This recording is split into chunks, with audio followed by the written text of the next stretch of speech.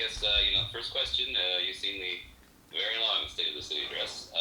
What's your initial reaction to it? Well, my initial reaction was that it's clear that it's an election year, and he wants to put as much information out there as possible to kind of talk about the positive things that he claims are occurring in the city. What I always find interesting about his presentations is that you should usually start with the issue that's most pressing in the city of Detroit. And the most pressing issue in the city of Detroit is that of crime. And somehow or another, he always saves it to the last portion of his presentation to really talk about the critical issues impacting Detroiters, which is people are afraid in their own homes. They're afraid to come out on the streets. They can't drive on the freeways. We've got police cars flying through the city, hitting people. We've got people being shot and killed. And yet there was very little time devoted to that critical issue. How do you talk about a city in resurgence when you don't address the issue of crime? And so I found that very telling with respect to his presentation. He needs to talk more about crime and how we address that issue and how we get it under control. He seemed to make it sound as if a lot of it was due to COVID and that the courts had been shut down because of that, and now gun cases are going to be taken up again, and boy, that'll make a dent in it. Yeah, because I mean that's a convenient excuse for the issue of crime. When you look at the crime statistics in the city of Detroit, crime has actually was rising before COVID hit, and so now to blame the issue of COVID on the increase of crime, I find that to be an excuse and failure of leadership in his part. He completely separates himself from the issue of crime, throws it all on the chief, and really doesn't speak to the need to address the underlying issues of how poverty is actually impacting crime in the city of Detroit. I also found it interesting that he would spend a lot of time talking about poverty, but not really addressing some of the root causes and structural issues which impact people being poor in the city of Detroit. It's as if he really doesn't understand poverty in our city, the fact that people are hungry, the fact that people are homeless, the fact that people feel helpless in the city of Detroit. And I just get sick and tired of every year when it's an election year that he talks about all the great things that have occurred, but he keeps referring back to 2013 in the park when we all know that the park redevelopment process was part of the bankruptcy that was negotiated by people in the city. And so I find it interesting that he always goes back to easy things to talk about, but never really addresses the hard and difficult issues of structural racism, the inability of black contractors to really benefit from city services. It's always convenient in an election year to point out all the black contractors who are getting jobs.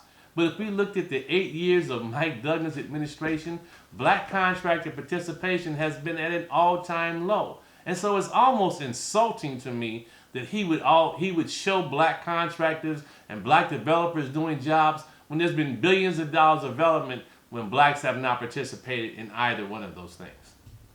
He put a lot of stock, or at least made a lot in his speech about trying to push Stellantis now, I guess, rather than Fiat Chrysler to hire Detroiters after they would hire UAW people, that all these different places had to at least look at Detroiters first before anybody else. Yeah, but he's taking credit for something that it wasn't even part of his proposal.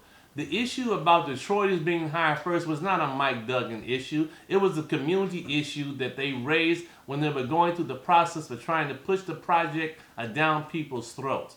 And so I find it offensive that he would take credit for, quote, Detroiters being interviewed first and hired first, when that really wasn't his proposal. It really came from the community, and he should have been a little more transparent about putting that issue on the table, the fact that Detroiters pushed that issue and not Mike Duggan.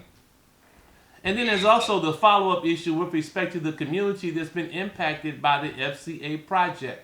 He talked very little about the impact on the Beneteau residents and the promises that were made to the community of things that were going to be done and simply have not been fulfilled.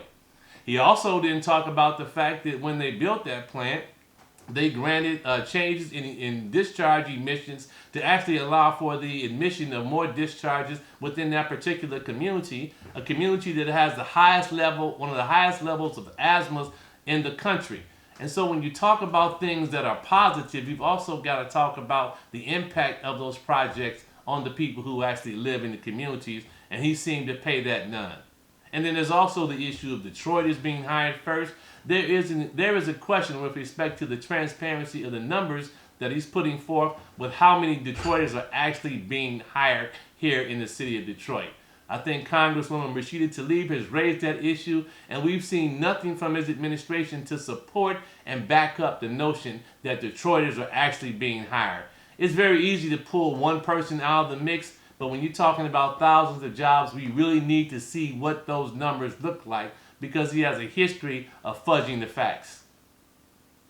He talked a lot, kept referring to it as your city government, and talking about how the city has its arms around you. They're going to help you with education. They're going to try to help you get job skills, et cetera, et cetera.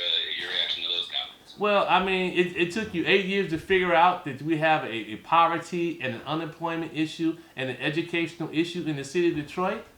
It's a very convenient election year ploy on his part to talk about all the great things about education. But when you talk about education, you also have to talk about the fact that structurally the Detroit public schools are not receiving the level of equitable funding that they need in order to provide a high quality education in the city of Detroit. When you talk about education in the city of Detroit, you also have to talk about the fact that we have a school district that can't borrow one dime to improve the quality of the facilities that our kids go to school in. When you talk about educational opportunities in the city of Detroit, you also have to talk about safe transportation and corridors for our kids to also be in a position to go to school. And so you can't just talk about education. You have to understand how it's impacting the people who live here, how that's a structural issue of racism that's impacting our children and impacting our city, and he doesn't have a grip on those facts. There's always been a lot of talk about the development downtown or in Midtown. Was it ever going to get out to the neighborhoods? He was talking about redoing the landscapes and some of the corridors, trying to help small businesses with loans and strategic neighborhood funds, etc. Again, your view of how to consider that. Here we go again. Another election year ploy. When you talk about improving the Livernois corridor, he didn't talk about the fact that there were a lot of businesses that were actually put out of business as a result of that project. When he talks about the Motor City Match program and the great success, what he doesn't talk about the fact is that program is under investigation. When you talk about small business development in the city of Detroit, we have 35,000 small businesses in the city of Detroit that are not located in these preferred areas, and yet they're getting not one dime of subsidy to help them thrive within our city. And so it is very unusual to me that when you talk about small business development, you never talk about the businesses that are here, the businesses that have survived through thick and thin and have not gotten one dime of subsidy to do anything positive in the city of Detroit but survive.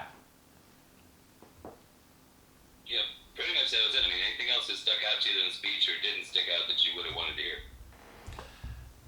When you talk about Detroit, you also have to begin to talk about the structural racism issues which inhibit actual investing in the city of Detroit.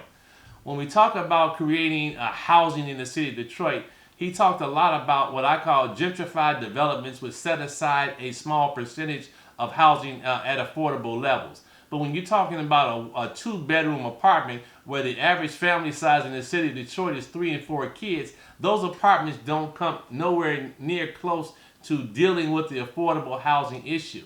And what's also interesting to me that he would talk about preserving housing when over the last 8 years he had the opportunity to stop more than 150,000 foreclosures of property to keep people in their homes. It's as if that problem didn't exist and he didn't know about it. And so how do you tell me you're concerned about preserving people and keeping people in their homes when you fail to address the underlying issue, which is why people were overassessed to the tune of $600 million. You've made no plans to give them reparations to make them whole, and you've made no plans to return housing to people that have lost it as a result of constitutional over-assessment of property in the city of Detroit. I think this was a great puff piece, almost along the lines of a P.T. Barnum speech when we're talking about what's being done positively in the city of Detroit. But at the end of the day, you cannot blackboard away, you cannot PowerPoint away the fact that 60% of the people in the city of Detroit receive a transfer payment, when the fact of the matter is that the average wage of a Detroiter is $26,000. When you talk about the fact that we still have high rates of structural unemployment, meaning people who have completely dropped out of the housing market, out of the employment market. And so what we're dealing with here is a Band-Aid on a sore that doesn't really get to the root causes, because he just said he didn't realize that churches had gyms that could be used as recreation centers. It took you 8 years to figure that out. You're not in touch with the community. You talk at a high level, but I'm talking about people on the ground who are really being impacted by what's not being done in their lives. And so we've got to begin to change how we approach it, change our economic development philosophy. We've got to focus on the small businesses. We got to focus on the little people. When you tell me that I'm going to provide somebody $10 an hour to go to school and get a GED, I'm saying that's not going far enough, because it addresses the underlying issues of why that person actually has no education to begin with. And these issues are much more structural. They're much more nuanced. And if you don't have a connection with the community and understand what the real issues are, you come up with surface solutions which sound great in an election year. Remember, when he first ran, it was all about, I'm going to dramatically reduce insurance rates. Well, we see what we got with that.